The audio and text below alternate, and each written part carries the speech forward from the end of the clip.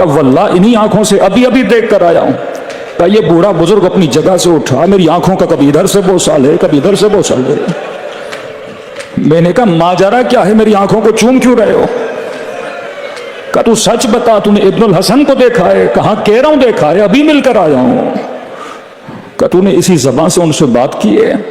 میں نے کہا ہاں. کہ کبھی میرے چہرے کا بوسہ لے رہے ہیں, کبھی میری آنکھوں کا بوسہ لے رہے ہیں. میں نے کہا بوڑھے ماجرا کیا ہے؟ کہا تجھے نہیں پتا تو کس کو دیکھ کر آیا ہے؟ یہ حجت خدا تھے, یہ امام زمانہ تھے. روایات میں ملتا ہے ظہور سے پہلے امام زمانہ کعبے کے پردے کو پکڑیں گے اور آواز دیں گے امن یجیب المضطر اذا دعا, اے ٹوٹے ہوئے دلوں کی آواز سننے والے خدایا اب میرا ظہور کر دے. اللہ کی آواز آئے گی مہدی ہم نے اذن ظہور دیا. کہتے ہیں کعبے کی دیوار کے سامنے آئیں گے اور آواز دے کر کہیں گے یا اہل العالم انا المہدی, اے اہل عالم میں مہدی ہوں. کہتے ہیں کوئی پہچانے گا نہیں. پھر کہیں گے انا المنتقم, ابھی بھی کوئی نہیں پہچانے گا. انا القائم, کوئی نہیں پہچانے گا. اب کہتے ہیں اپنے تعارف کے لیے کہیں گے یا اہل الادم ان جدی الحسین قتلو, میں اس کا بیٹا ہوں جسے پیاسا کربلا میں مارا گیا. ظہور کی ابتدا مصائب امام حسین سے ہے. میں اس کا بیٹا ہوں قتلو عطشانا, جسے پیاسا مارا گیا. میں اس کا بیٹا ہوں جسے بے کفن کر کے مارا گیا. میں اس کا بیٹا ہوں جس کے بدن پہ گھوڑوں کو دوڑایا گیا. ظہور کی ابتدا مصائب ابا عبداللہ الحسین ہے.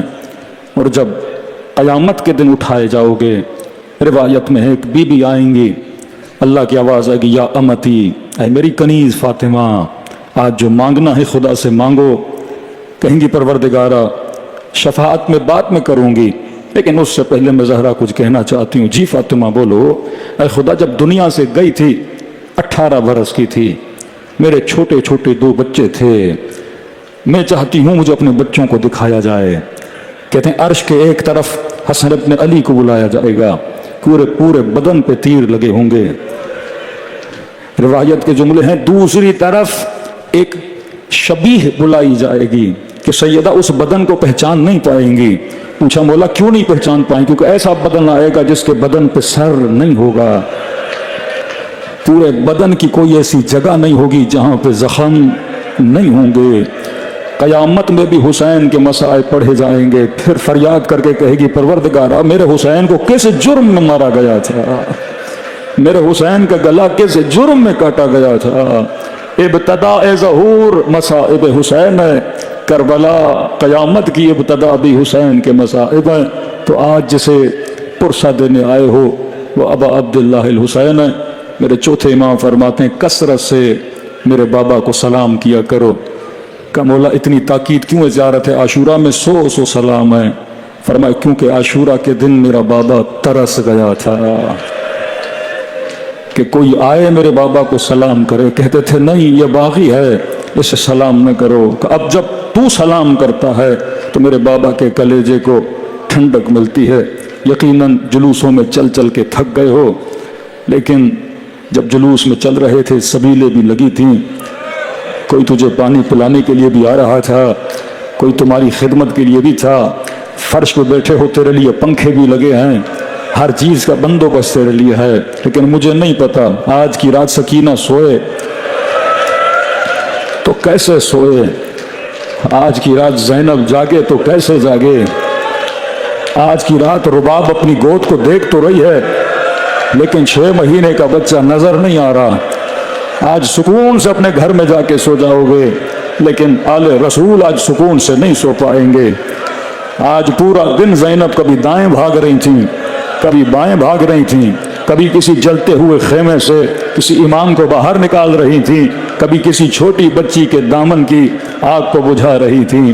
خلوص دل سے دلوں کو کربلا لے جاؤ, ایسے سلام کرو جیسے زینب نے بھائی کے بدن کو دیکھ کر کیا.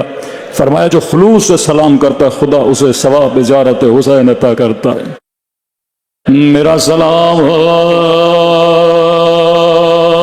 اس درد بھرے منظر پہ جب زینب کی نظر کے پامال پڑی.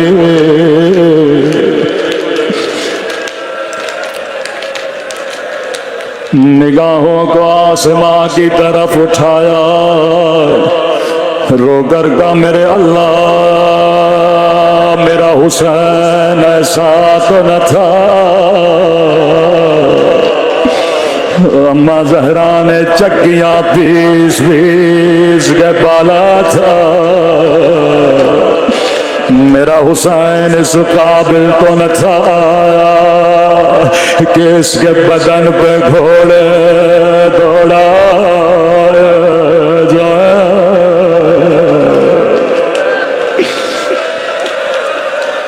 جس بہن نے 50 سال بھائی کے سائے میں گزارے ہو, جس کے نکاح میں شرط ہو عبداللہ جہاں جہاں حسین جائے گا میں زینب بھی جاؤں گی. اگر عمرے پہ گئے حج پہ گئے زینب کو ساتھ لے کر گئے. اگر آپ نے کسی کو 8 سال پہلے بھی دیکھا ہو ابھی دیکھیں تو چہرہ دیکھ کے پہچان لیتے ہیں. 50 سال کا ساتھ تھا, 4 گھنٹے کی دوری تھی. جب مقتل میں آئی حسین کو دیکھا, کہنے لگی انت اخی, کیا تو میرا بھائی حسین ہے, کیا تو میرا ماجایا حسین ہے. بہن نے بھائی کو پہچانا نہیں.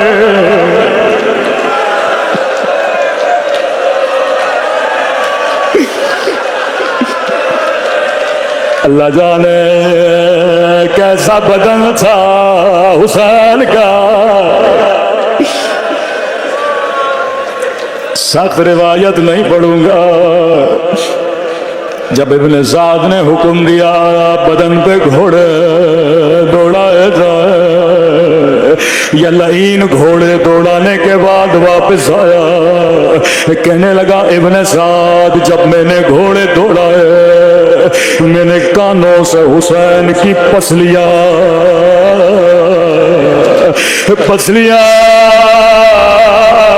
ٹوٹنے کی آواز سنی.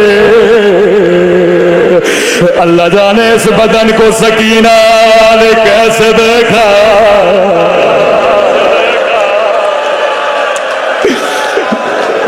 اللہ جانے بچی نے کیسے دیکھا.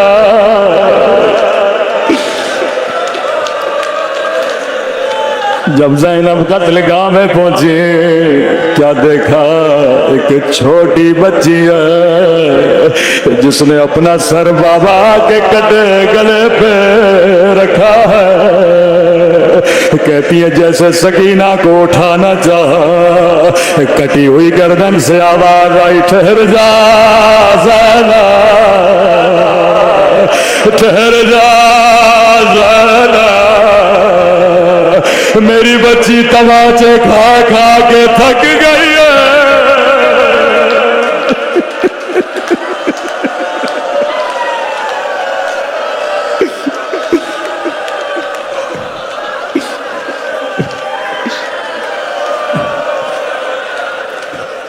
کوئی اس مومن کو سنبھالے. ٹھہر جا زینب, میری بچی تھکی ہوئی ہے. سیدہ فرماتی ہے جب سکینہ ہوش میں آئی کہنے لگی سکینہ میں نے حسین کو نہیں پہچانا, تو نے بابا کو کیسے پہچانا. کہتی ہے پھوپھی اماں جب گودی قتل گاہ میں آئے مجھے کہیں میرا بابا نظر نہیں آیا. رو کر کہا میرے غریب الوطن بابا. ایک مرتبہ کٹی گردن سے آواز آئے الہیا الہیا, او میری تھکی ہوئی بچی بابا کے پاس آ جا. آج کی رات امام زمانہ کی رات ہے. چند جملے امام زمانہ کی زبان سے سنو، یہ کسی ذاکر کے جملے نہیں، کسی عالم کے جملے نہیں، یہ مصائب بزبان امام زمانہ ہے۔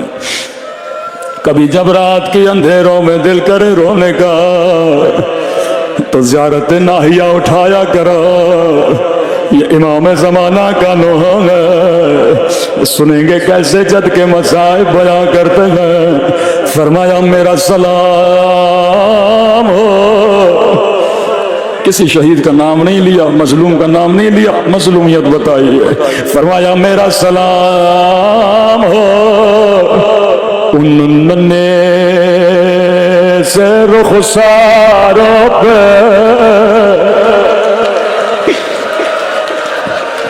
میرے مولا نے نام نہیں لیا، اشارہ کیا، میرا سلام ہو ان ننے سے رخساروں پہ۔ اللہ جانے یا اصغر کے رخسار ہے یا قاسم کے رخسار ہے، جواب میرے مولا نے خود دیا، میرا سلام ہو ان ننے سے رخساروں پہ، او جن کا رنگ تماچوں نے بدل دیا۔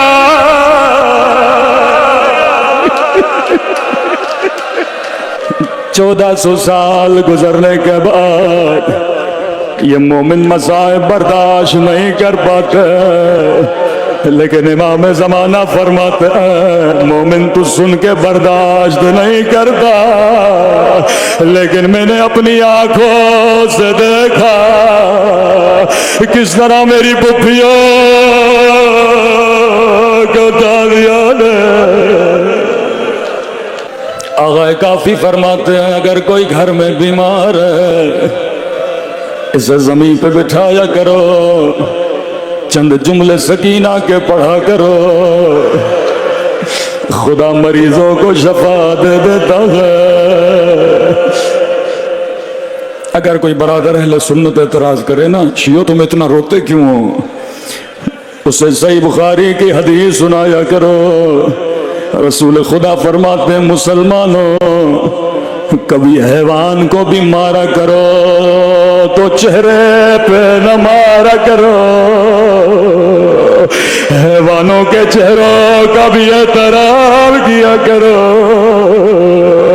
راوی کہتا ہے جب بابا کو دیکھا کہنے لگی میرے غریب الوطن بابا، بابا ظالم کا ہاتھ بڑا تھا، میرا چہرہ چھوٹا تھا۔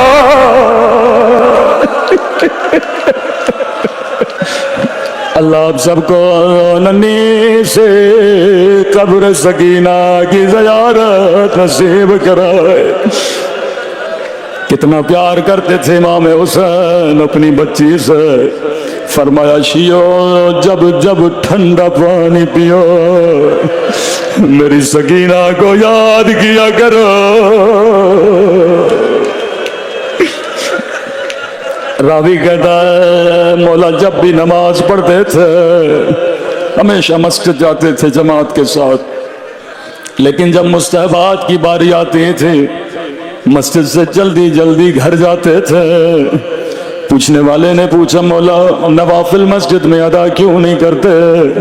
فرمایا اللہ نے مجھے بچی دی ہے، میری 4 سالہ بچی 2 مصلے بچھاتی ہے، سکینہ میرا انتظار کرتی ہے، میں بچی کے ساتھ نماز پڑھتا ہوں۔ مدینے سے مکہ، مکے سے کربلا آیا، بچی ہمیشہ 2 مصلے بچھاتی تھی، لیکن جب عاشور کا دن آیا، جب نماز عصر کا وقت آیا، سکینہ نے خیمے میں 2 مصلے بچھائے، ایک مصلہ اپنے لیے، ایک اپنے غریب الوطن بابا کے لیے۔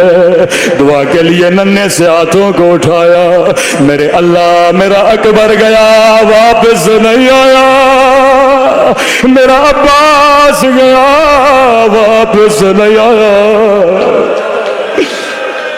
اے خدا سکینہ کو بابا دکھا دے۔ روایت کے جملے بڑے سخت ہیں، کمزور دل مومن مجھے معاف کر دے۔ اچانک بچی کو کسی کے چلنے کی آواز آئی، دوڑی دوڑی خیمے سے باہر گئی، شاید میرا بابا آیا۔ لیکن سنو گے بچی نے کیا دیکھا؟ دیکھتی ہے شمرا ہاتھ میں تازیانہ،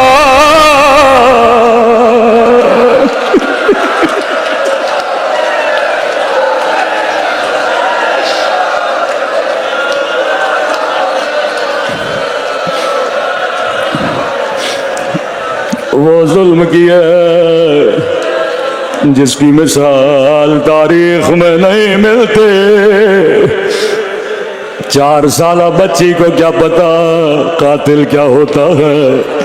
اس لعین کا سکینہ کس کا انتظار کر رہی ہو؟ کہنے لگی بڑی دیر گزر گئی، میرا بابا نہیں آیا۔ لئی کہتا ہے سکینہ کیا بابا کو دیکھنا چاہتی ہو؟ امام زمانہ اگر مجلس میں موجود ہے مجھے معاف کریے گا، آج نہ پڑھو تو کب پڑھوں گا؟ جیسے کہ بابا کا انتظار کر رہی ہو۔ آیت اللہ مظاہری فرماتے ہیں لئی کے ہاتھوں میں کٹا ہوا سر تھا، اس سر کو بچی کی طرف پھینک لیا۔ شمر تیرے ہاتھ کٹ جاتے تو کبھی میرے مولا کا سر نہ پھینکتا۔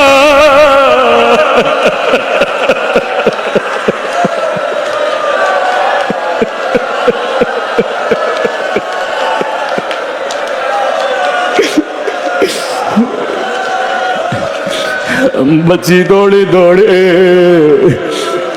بابا کا سر گود میں لیتی ہے۔ بابا تیرے گردن کی رگیں کس نے کاٹے؟ بابا پانی پلایا تھا یا نہیں؟ اب میرا تصور ہے روایت کے جملے میں شاید کا بابا میرے غریب الوطن بابا اکبر کا لاشا تو نے اٹھایا، عباس کے بعد تو نے اٹھائے، وہ لاشیں اٹھا اٹھا کر تھک جانے والے بابا۔ بابا 4 برات تو نے مجھے اپنے سینے پہ سلایا، آج آجا میرے سینے پہ سو جا، یا نہیں آگے بڑھا۔ اس مومن کو سنبھالیں، مومن کو سنبھالیں۔ وہ ظلم کیا جس کی مثال تاریخ میں نہیں ملتے، اتنے تماچے مارے کہ سکینہ بے ہوش ہو گئے۔ اب زینب پریشان ڈھونڈتے ڈھونڈتے خیمے میں پہنچی، کیا دیکھا کان بھی زخمی ہے، رخساروں پہ نیلے نشان ہے۔ سکینہ کی آنکھیں کھلی، یہ نہیں کہا پھپھی اماں مجھے تماچے مارے گئے، یہ نہیں کہا میرا بابا مارا گیا، میری مائیں بہنیں مجلس میں موجود ہے۔ آنکھیں کھلی، بابا کو یاد نہیں کیا، اپنے زخموں کو یاد نہیں کیا۔ جیسے نگاہ زینب پہ پڑی، رو کر کہا پھپھی اماں آپ کی چادر کہاں ہے؟